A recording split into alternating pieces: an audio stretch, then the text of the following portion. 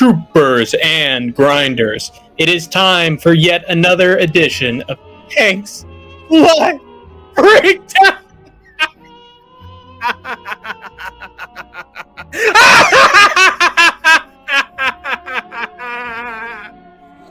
Yes, troopers and grinders. It's time for the Hank's breakdown of UFC Fight Night Allen versus Costa.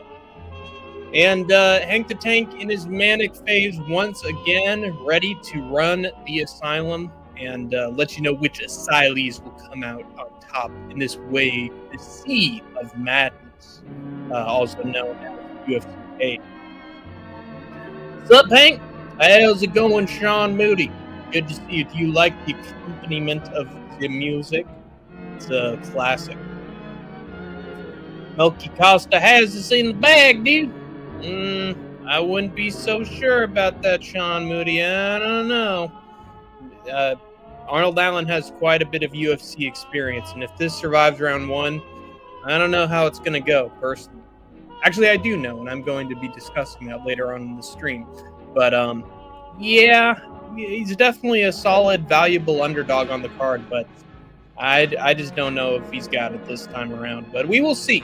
And make sure to like the stream as well, by the way, guys. You can have even more of the troopers and grinders here in the chat. But, yeah, this is an all-right card. It's okay. It's all right, man. It's okay. Yeah, it's there. It's a card that's there. It has some name value, some talent. Nothing compared to the Netflix card, the MVP Promotions 1, which is coming up soon. But it's definitely there. And because it's there, we're here to break it down. Because if something exists, and Hank's got to talk about it. And I will go towards Heat because I'm that shallow. Ladies and gentlemen, Jack Black. But, yeah. It's another UFC. Is it in the Apex?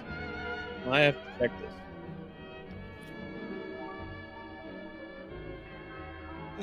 Where Gillibrand is asking. We'll be sparking up the grill when Nate gets sparked. It might happen. Nate might get sparked, but I'm not sure. I think Nate might be in trouble if this thing stays on the feed. If it doesn't, then yeah, I would say Mike Perry is in more trouble than Nate. But yeah, that's going to be a hell of a fight. That's probably the fight I'm most looking forward to because it's actually the most competitive. But Nate's getting old, man. Yeah, Nate's getting pretty old. He just leans on the age and just has his booty out in the air, just not ready to fight. Like, this is an unmotivated Nate Diaz. Yeah, and thank God it's not a Nate the Train that'll get sparked. He cost me 4K because of that boxing robbery versus Jorge. Oh yeah, you'll never let Nate live himself down for that one.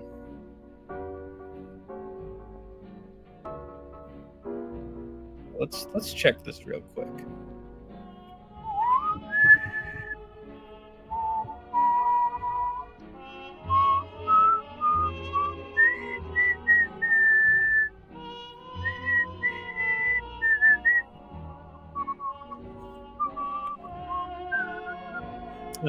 This is taking place in the Apex. Oh boy, here we go again. Never. Yeah, I will most likely be watching the Netflix card over this one, but I still have a few little bets on it and some skin in the game, and broken down every fight. So yeah, I'm looking forward to breaking this thing down. Wish they would have thrown Despain in there versus Ngannou. That's probably their next step, like their next move after Despain lights up Junior Dos Santos. They're probably going to just throw those two together and see who comes out on top. At least that would be the ideal matchmaking decision, the obvious one. So again, I think they're giving Despain a layup in Junior Dos Santos, like literally the oldest active heavyweight you could possibly find. But yeah, that should be the game plan after both guys get a win. Junior Dos Santos low-key could out-grapple him. he's so ass on the ground. That is true. But we haven't seen Junior Dos Santos shoot a takedown in like his last 6 fights. So he's not exactly the most wrestling heavy guy, if you will. He's not very interested in getting the fight to the ground. So that's going to be his funeral, you know. But anyway, all right, it has hit 5 minutes. It is time to break down the fights. Let's do this thing.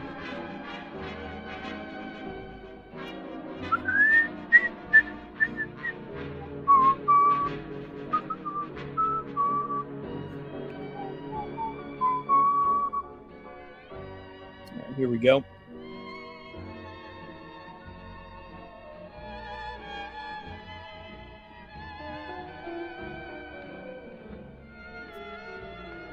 Move the camera a little bit.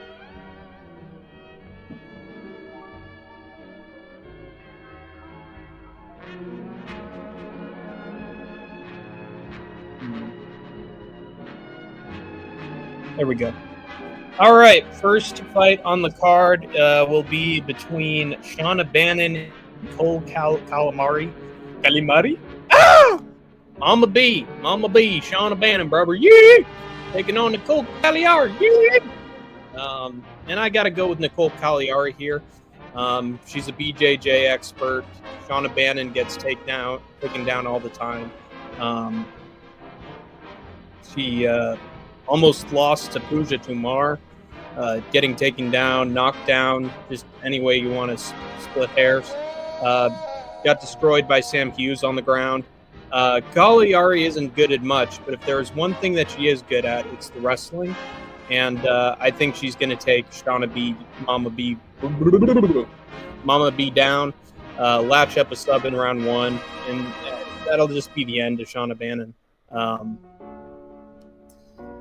Yeah, I don't know, man. Shauna Bannon's kryptonite seems to be the wrestling, and Nicole Cagliari, she at least has that in spades. She lost to Carly Judice, but Judice is solid. Only lost a split to Ernesta Carcaite. That's not bad.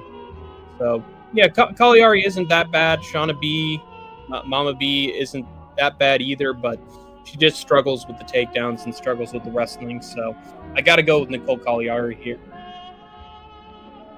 Cagliari is going to get her down and submit her in round 1, probably go for an armbar and get it. So, yeah. Cagliari by round 1 sub.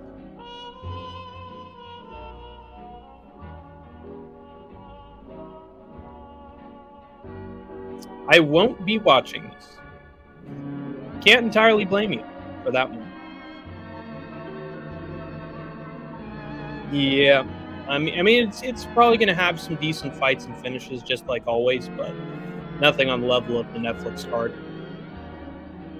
I took Bannon. Yeah, I mean, she could pull off the upset if she reverses some of the takedowns, but at the same time, Cagliari isn't that bad off her back either. So, I don't know. I like my chances picking Cagliari. Women's MMA wouldn't surprise me.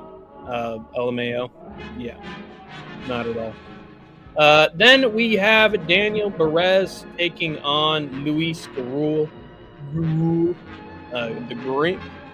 Oh, Grim! Why did the good have to die so young? Sometimes I get confused. Taking on Daniel Perez. I've picked Daniel Perez before against Victor Altamirano. He got that done by narrow margins. Andre Lima beat him, took him down to the ground, submitted him, but that's something that Luis Garul doesn't really do that much. Lost to Alden Correa, which is not a great loss to take. Jesus Aguilar even worse. Ode Osborne especially bad loss to take. Yeah, I don't know. I like Daniel Perez here. I think he's not dealing with a wrestling threat in this case. He's got solid power, good boxing. Short and stocky, wins the race. Luis Garul is just a nothing burger who just swings randomly with no technique whatsoever, just brawling brainlessly, hoping something will land. Whereas Daniel Perez times his shots better and he's got more power. So give me Daniel Perez to actually knock out Luis Garul in round 2. I think Perez is much more talented and has the power advantage in this one.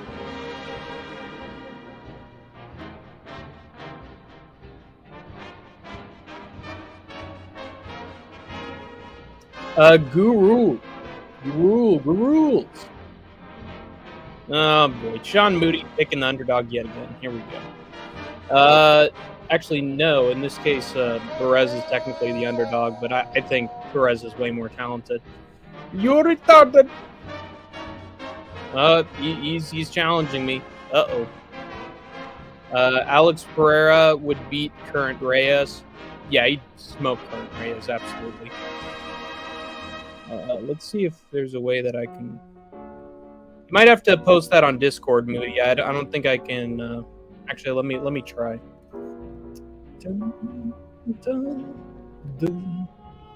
You're retarded. Why are you gay?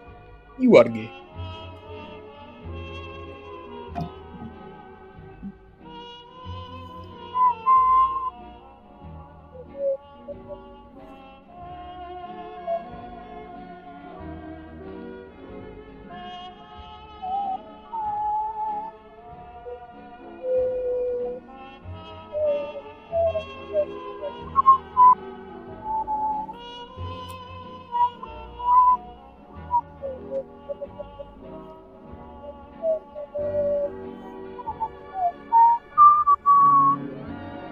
All right.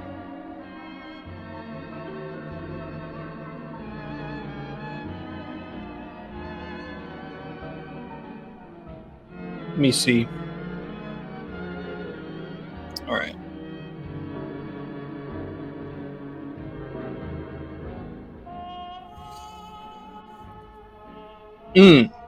Ardeline, Cavalcanti, Petrosky, not bad. Minavu, that's an interesting decision. Tuco Tacos, I respect it. Williams, round 1 KO, no way. Kwamba, Edwards. Which Edwards is that? Oh, shoot.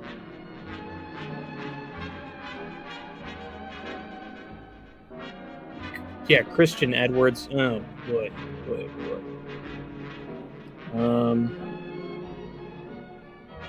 Chaos Williams. Willmaker. Okay, Choi. Not bad. And Costa. All right, that's a lot of underdogs on the card, Moody. It's, a lot of throwing, swinging, and hoping something lands. Casting your rod out into the waters and hoping to reel up a fish. I respect it. I respect the hustle, but I just don't think it'll be quite as effective as just picking consistently. Might as well throw Juan Diaz in there, Sean. Yeah, I know. You got to have all underdogs on the card. I mean, it's happened before. I get it. What's better, men's MMA or women's MMA? Men's MMA by a mile. They just throw with more. They land with more power. Just gnarlier, more just higher pace, bigger impact overall. Women's MMA, there's just much more decisions, and that's a fact. Anyway, we then have, speaking of women's MMA, we have Alice Ardeline taking on Polyana Viana.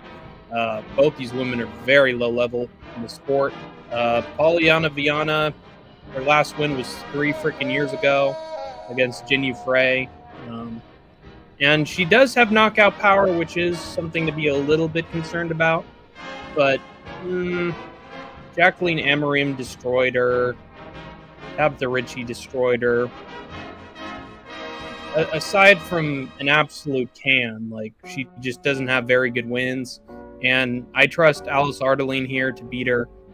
She's taken on very low-level competition, about on the same level as Polyana Viana. I thought she won both their fights against Martinez and Shauna Bannon, so she should honestly be on a 4-fight winning streak in the UFC. I think her striking's solid. She jabs in great volume. She can shoot takedowns, which is nightmare for Polyana Viana. She does not like getting taken down. And I think Ardeline could take it to the ground if she wanted to, or on the feet. She could just jab up Polyana Viana at range. I really think that Arteline's a complete product here, and she has the tools to beat Polyana. Besides that, Polyana Viana is just sort of a loser in the UFC. He hasn't gotten a win in 3 years and 6 months. So why would she start winning that? So give me Alice Arteline to get the unanimous decision over Polyana. Dama de Ferro. Dama, you suck.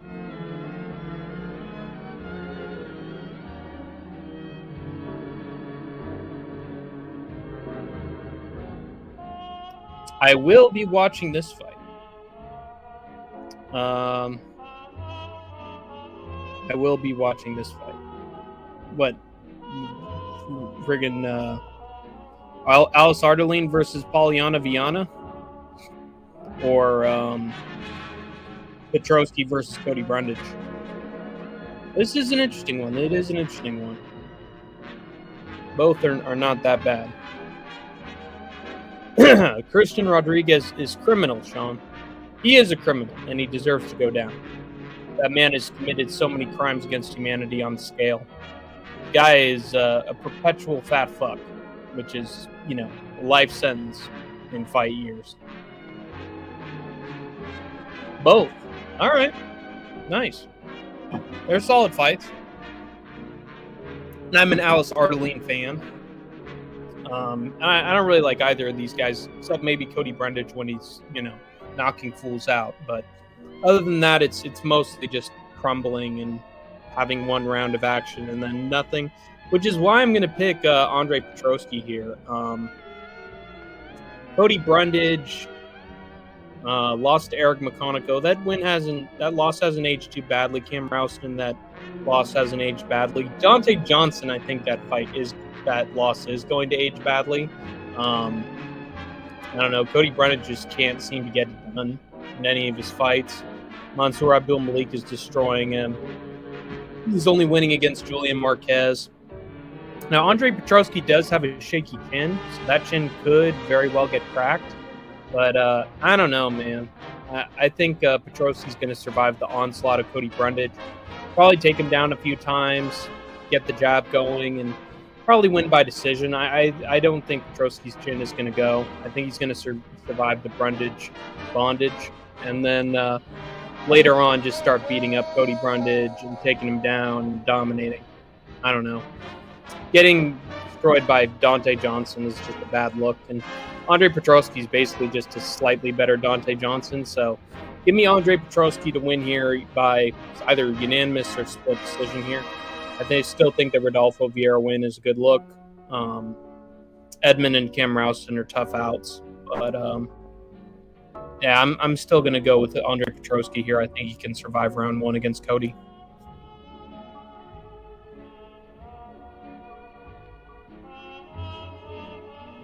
I will be hate watching Brundage. Cannot blame you for that one.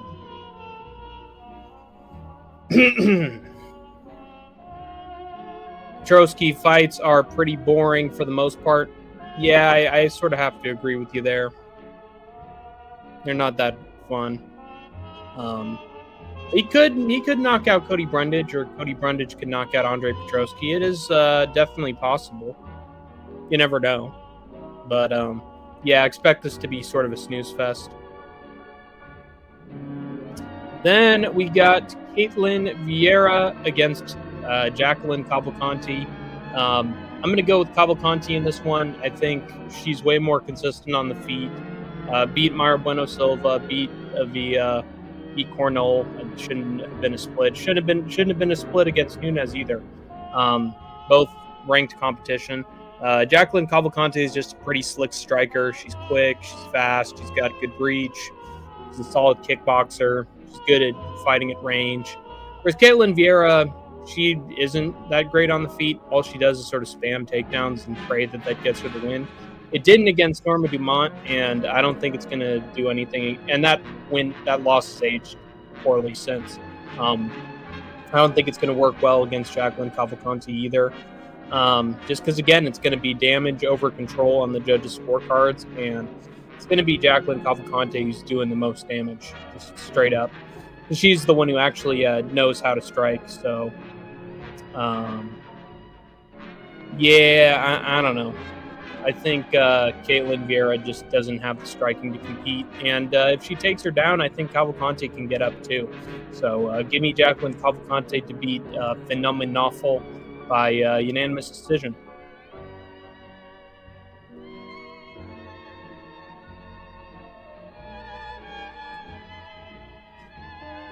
Well, let's take a look at our next fight.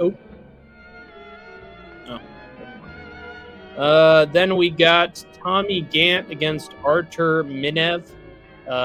Tommy Gant, I really like Tommy Gant. He's a solid prospect coming out of Daniel Cormier's gym. Had a really impressive showing on Contender Series. Was his toughest test because it was a 6-0 guy, but Gant still proved himself to be a really solid and dual style wrestler and striker.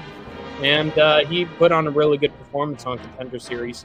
Now he's taking on a 7-0 guy coming out of Fury FC, Artur Minev, getting a few knockouts, winning his seminal fight by penultimate fight by majority decision to a 25-12 guy. Really not a good look.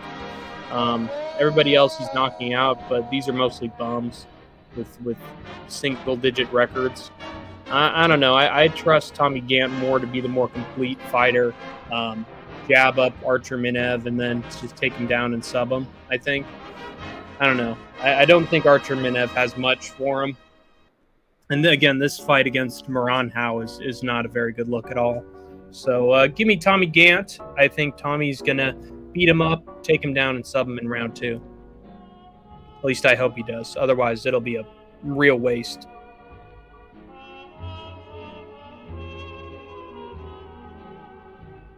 Gant should roll.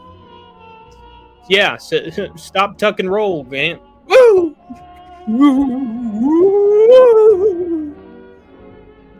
Stop, drop, and roll, man. Watch out for the fire. Drop it and cover. Remember, kids, when you see the flash, duck and cover. You just duck and cover like that. The atomic bomb won't get you as long as you hang out in the bunker. And then, if you're in a school hallway or if you're at a picnic, just duck and cover. You'll get out of the radius of the blast. Come on, kids, you know what to do. Oh, steamroll. Gotcha. Yeah. Steamroller! Yeah, you're right. This should be the case. All right, next we got Tuco Dos Tacos taking on Ivan Erslan. And, I don't know, man. A good amount of people are picking Tacos as an underdog, but I think Erslan's wrestling is not that bad. I mean, he dealt with Jimmy Crute, who's really good. Navajo Sterling, he got taken down a few times, but nothing too scary. Ion Kutalaba, he managed to stuff a few takedowns and take him to a split decision. Jimmy Crute's the only one who steamrolled him. Whereas Tuco Tacos, I think, just took advantage of a guy with zero grappling skills in Junior Tafa. And before that was just getting beaten up and taken down and subbed. So, I don't know.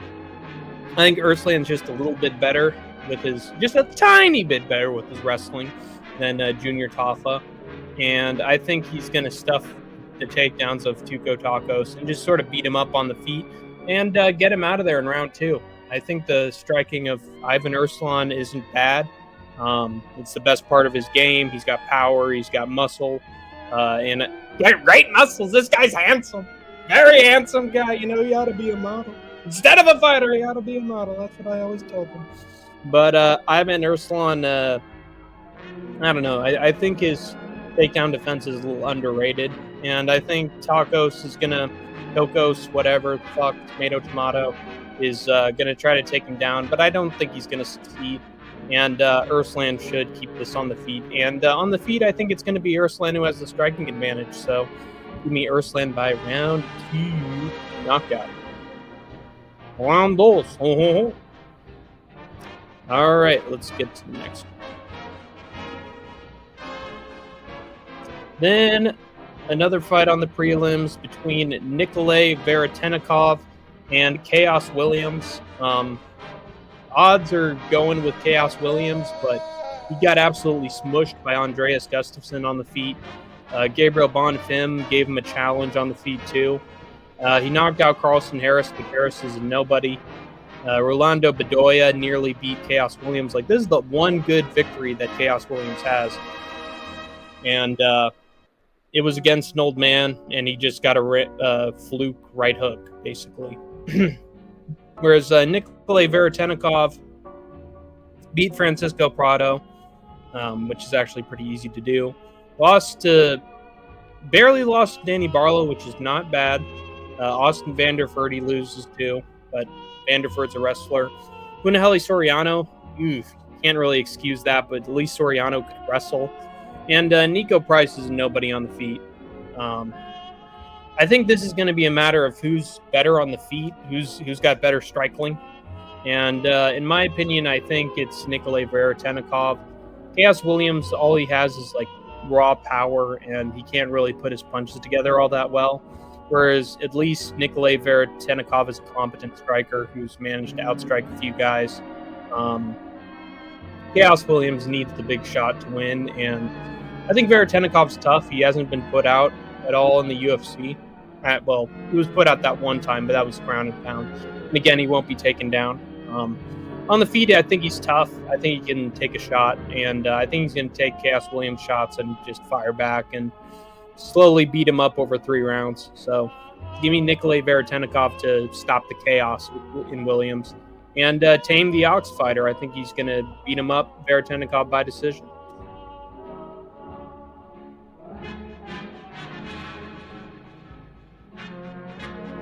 All right, let's get on to the next one. We have Timmy Kwamba taking on Bernardo Sopaj. And after all that wrestling, Bernardo needs some soap, I'll tell you that much. He needs to do the Kwamba. Timmy Twilight Kwamba. Never name yourself after that horrible franchise. For that reason, I'm picking Sopaj. I would take the Lion King over Twilight any day. Okay, guys?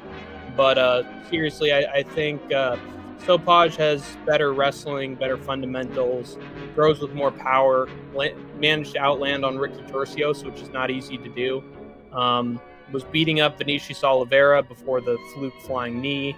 And then before that, he's getting pretty major knockouts on the regional scene. Whereas Timmy Kwamba beat Roberto Romero, that is actually not impressive that much. Then he beat Chang Ho Lee, but he was sort of cruising in that fight and sort of allowed the fight to happen, whether he was getting taken down or not, and was just sort of on autopilot mode with that fight. And you can't really be on autopilot mode against Fernando Sopaj. He's going to throw with everything that he has.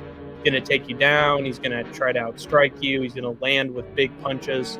And I don't know. I think Timmy Kwamba is just he sort of puts himself on the back foot and allows fights to sort of go against him.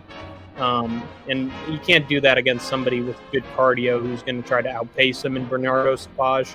I think Sopaj is going to pressure him. He's going to throw more. Throw with more. What's the word for it? I forget. Throw with more purpose than Timmy Kwamba, and he should land bigger shots on Kwamba. Kwamba's just going to try to pick him apart, but Sopaj is going to throw with genuine intent, and I think he's going to land on Kwamba, and he should take down Kwamba too. So give me Sopaj to win this one by decision.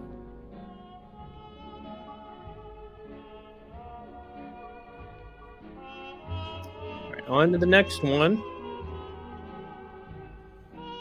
We got against yet another short notice replacement fight with Modestas Bukauskas losing his fight with Rodolfo Bellato and instead getting Christian Edwards.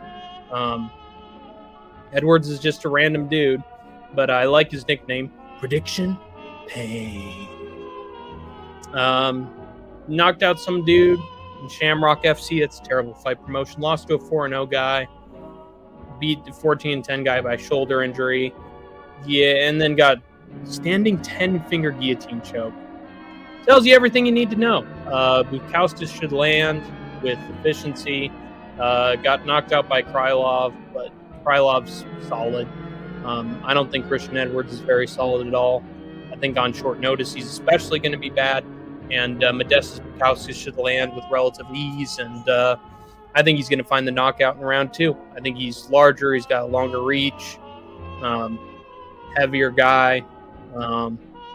Christian Edwards hasn't proven anything to me that tells me that he's worthy of fighting Modestas. So you need Modestas to knock him out in the second round.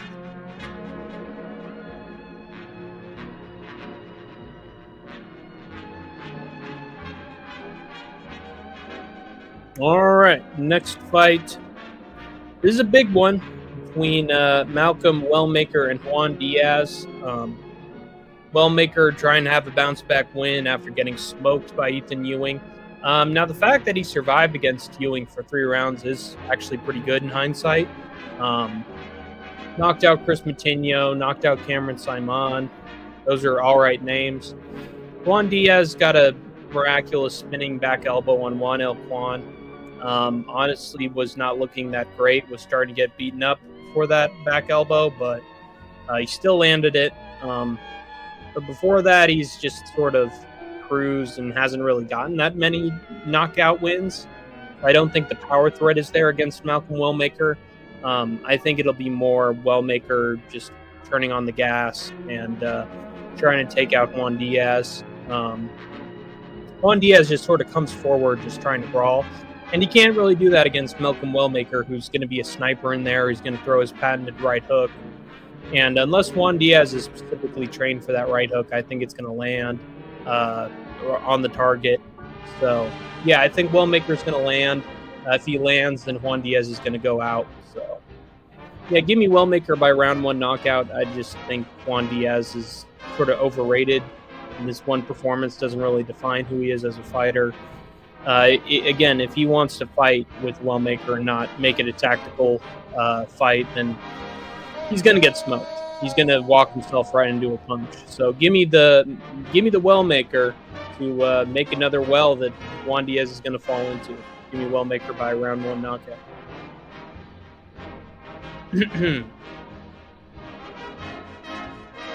Hello, Christian I9F6G. I feel like Wellmaker 29-28, that left hook is dangerous. Yeah, it is a dangerous left hook. It could be by decision. It could very well be by decision. Juan Diaz is, I believe, Peruvian? Yeah, he's from Peru, so he's actually sort of tough. That makes him pretty tough. He's got a good chin, a great chin. But I do think that Wellmaker is going to land with that big punches once in a while. Yeah, I think he should land with the hooks. If Juan Diaz wants a scrap, he's going to get one. He's going to get Juan. But Juan it's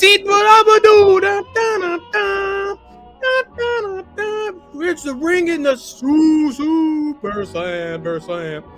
Get your tickets today for John Cena versus Randy Orton in a steel cage match.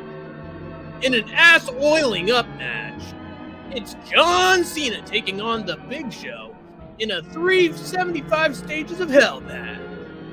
Super Slam. But yeah, the hooks are going to land. If Allen wins, Costa loses, and if Costa wins, Allen loses. Wiser words have never been spoken. Either Allen or Costa will win. This is true. I'm not denying you. Those are actually really good takes. Those are solid. I think you hit the nail on the head there.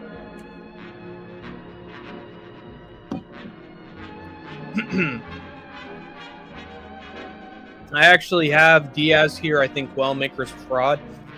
He is a fraud, but does that mean he's going to get caught and put out? I don't think so. I think Juan Diaz is on the same level as Malcolm Wellmaker. I don't think he's as good as Ethan Ewing. I think Ethan Ewing's just really good, and that's why he won. Bro, well, me. Bro, why are my messages randomly sending? I don't know. You gotta ask yourself that. Also, what is that article on? Vegas something. And that's a picture of Fluffy. What is that? What is that profile picture, Christian? I'm actually curious. Bro, can I get a PS5 and a TV betting on this?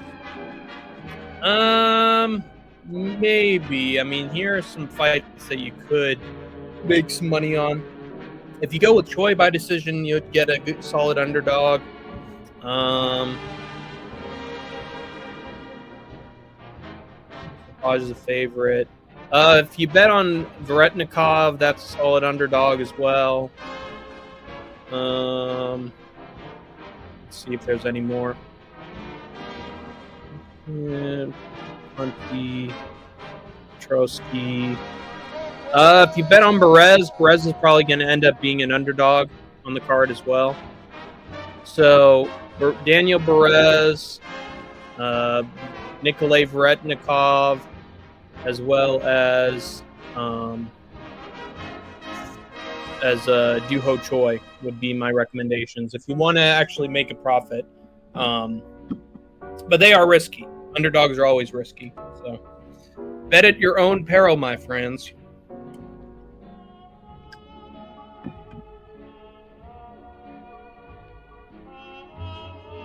I don't know, was bored.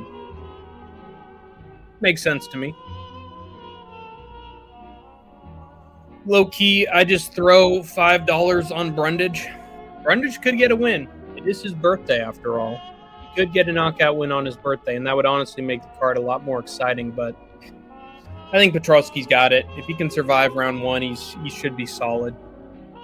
And it's sort of simple as that.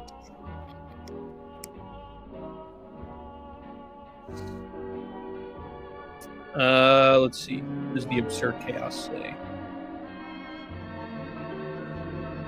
I quit gambling because I was making losses. It's been 2 weeks. I'm craving a good win, but I don't want to bet on random shit. I get that for sure. I've been taking a few losses recently as well. It happens, man. But yeah, those would be my suggestions. But I don't know what you're interested in betting on. There's basketball going on right now. The Cavaliers are looking like they're going to make a run. No betting. All right. Well, it's too late. I've already dug my hole, and now I'm lying. I made my bed. Thoughts on Lost Soul MMA? He's an interesting fellow. He has a Hitler mustache, and he looks way too young to be sporting a Hitler mustache. I don't know. He's something. And he's also was under the control of Rico for a while, so I just don't like being associated with people like that, honestly. Not to change topics, but Azerbaijan card is cool as hell. It is usually cool as hell. Might be a good vacation to go on and see a fight. That is true. It's got a banger fight so far. I might do a quick preview of an Azerbaijan fight card before I go. Good to see you, Lord of the Pies, by the way. Gonna put them on a parlay. Well, good luck to you, man. Gonna put them on a parlay. I hope that you succeed. Good luck to you, trooper. My chief deputy. Hey, Giuliano's in here. Good to see you, Giuliano. Thank you for the $2. Sweet music, bed. Yeah, it is pretty good music, isn't it? It's by The Caretaker, I believe, and it's Libet's Delay, the extended version. I love the music of The Caretaker. It's a great take on old 20s music. Again, good luck to you, Absurd Chaos, on your parlay. I hope it hits. But they're definitely underdogs. They are underdogs, so bet at your own peril. Good to see you, man. All right, everybody's here. I'm happy to see a lot of recognizable faces in here. Thank you for the $2 again, Juliana. Don't bet with money you can't afford to lose. Nothing is a guarantee on this dog shit card. That is true. That is definitely true. This is, in fact, a dog shit card. It will have some interesting results, though. They usually always do. But yeah, I'm gonna give Wellmaker to make a well for Juan Diaz to fall in. Then we got Do Ho Choi taking on Daniel Willie Cat Santos. The Korean Superboy Do Ho Choi is back in action. It's been a little while. He was seemingly active against Nate Landwehr. Got the win. Bill Aljo knocked him out. But then he had a long hiatus between those two fights. Had a majority draw to Kyle Nelson, but that was bullshit. It's Chris Tognoni's fault. Tognoni just completely effed Superboy over with point deduction. But Superboy's been back ever since, and he's gotten some nasty finishes. Daniel Santos has been annoying Do Ho Choi's countrymen, knocking out Ju Sang Yu, beating the shit out of Jong Young Lee. I can't believe he didn't get Jong Young Lee out of there. Lee was just eating punches for breakfast. Just basically taking out Korean MMA in the UFC. But I think he's going to hit a roadblock this time in Do Ho Choi. I think the Korean Superboy is going to bounce Daniel Santos off of his chest, no diddy. And I think Choi is the larger fighter here than Willie Cat. Yeah, he's 5'10 compared to 5'7. Longer reach as well. I think Superboy's come a long way since the Cub Swanson fights and the Charles Jourdains and Jeremy Stevens and all that. I think Do Ho Choi has a better chin right now. I think he's more active. He's more technical. He's going to stay picking apart Daniel Santos' range. And I don't know. I like the Korean Superboy here. I think Daniel Santos is a little bit overrated. He's sort of a fat bantamweight who's going up a weight class and barely. I don't think he made weight for the Ju Sang Yu fight. He didn't. I don't know. I just don't think he's prepared himself very well. He's not disciplined very much. And I think Do Ho Choi is going to take advantage of that and just pick Daniel Santos apart. He could wrestle with Daniel Santos too, but I think it's mostly just going to be a technical picking apart of Daniel Santos at range. So, yeah, give me Do Ho Choi here to win by decision.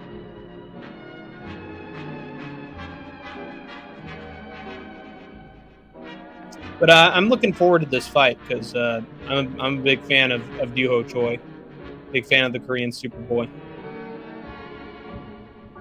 War here, but I think Santos Do Ho Choi hasn't fought in ages.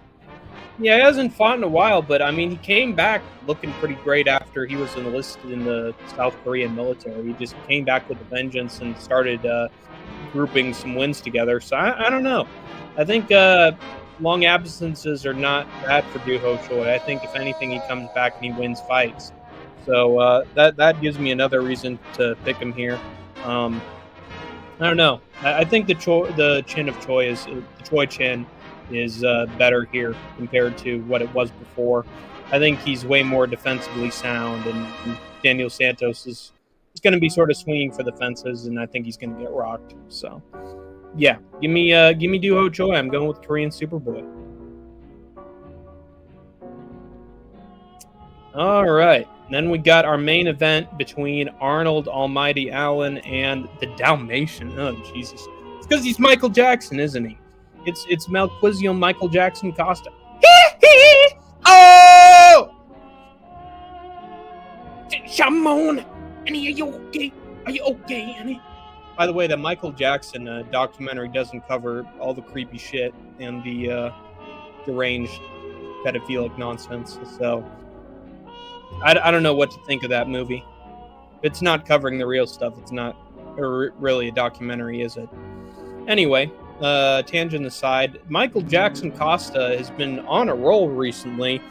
Knocked out Dan Ige with the spinning back kick, but Dan Ige also lost to Tricky Pitbull. Terrible, terrible loss. So I think Ige's just sort of washed. Knocked out Morgan Charrier, but Charrier's low level. He's beaten some all right competition. I'd say that Dan Ige is his best win, but Arnold Allen is way taller than Dan Ige. And better. Oh wait, is he? I mean, he could eat that shot on the chin. He could eat a head kick, but at the same time, I think Arnold Allen has fought way better competition. Going to a decision with Gene Silva is impressive. Giga Chikadze, he beat up at range. Evloev's a good fight. Max Holloway's a good fight. Um, I really don't count these two because both are just number one contenders. And then Gene Silva, he narrowly loses to, but Gene Silva's Gene Silva. I think Gene Silva's on another level compared to Melquizio Costa. I think Costa needs quick finish in order to win this one. I don't think he finds it, and I think Arnold Allen just slowly beats up Melquizio Costa in the later rounds. Melquizio Costa's never gone 5 rounds. And I think after round 2, like, Costa's just going to slow down and Arnold Allen's going to speed up and he's going to start to look good again. Like, he's going to look like round 3 Arnold Allen. And I don't know. I just don't like the look for Melquizio Costa. I think he's a one-and-done kind of fighter. And I don't think he's going to find that sneaky finish here against Arnold Allen. I think he's going to struggle in the later rounds and get beaten by decision here. I like Arnold Allen over 25 minutes. Arnold Allen round 4 KO could very well be a possibility also. He could get a late finish here against Michael Jackson Costa. It could happen. I agree. Either way, it's a pretty sick fight between two good contenders, but I got to go with Arnold Allen just because he's been through more wars and survived more wars. Melquizio Costa hasn't gone through wars, so got to go with Arnold Allen here. Now let's take a look at that Azerbaijan card, why don't we?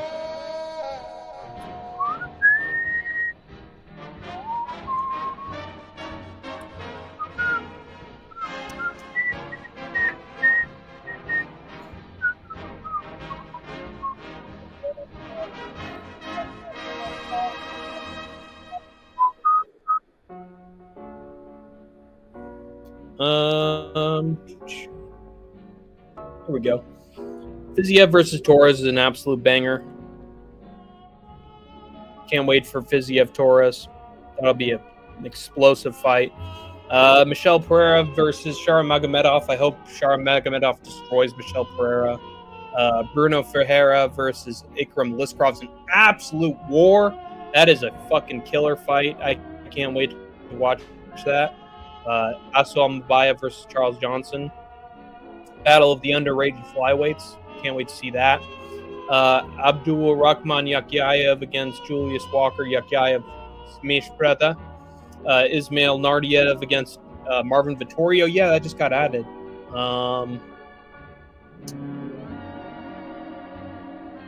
Yeah, I mean, it's just going to be another loss for Vittorio, isn't it? Dude cannot win a fight to save his life.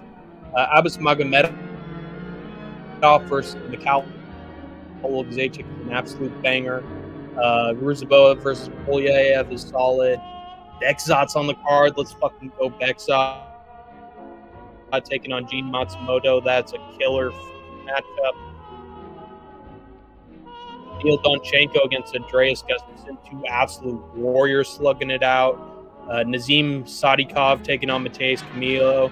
Should be a smoker from Sadikov. And then brand new Azerbaijani fight. You're taking on Eric Nolan, who's actually pretty solid. I like it. These are all great matchups. I agree with who mentioned the Lord of the Pies. I agree with Lord of the Pies. This is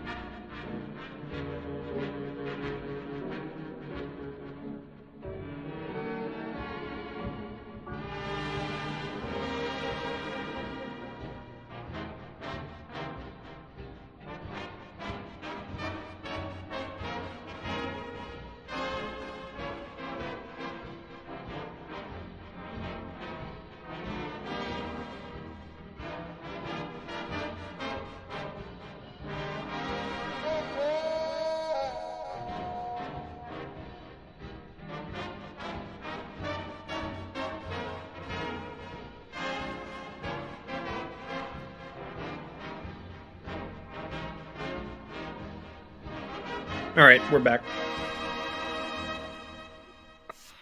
Sorry about that, folks. There is definitely going to be a back out, way too good of a card. Yeah, some of the fighters are probably going to pull out. It's too much talent to just persist on a good card. Oh, we lost your video, dude. Yeah, it's all right. We got it back. We are so back. It's good. It's good. Yeah, it's a good card for sure. But yeah, that's probably gonna do it for Hank the Tank and his breakdown of the Allen versus Costa card. Solid card overall, but definitely not on the level of the Netflix card. And yeah, it's still a card that's worth watching, worth checking out. So yeah. Yeah, Azerbaijan may not be big names, people know, but they are fun matchups. If you know, you know. It is a hardcore fan's wet dream. So definitely tune in for that one. All right, bye. Bye. Catch you later, guys. Bye.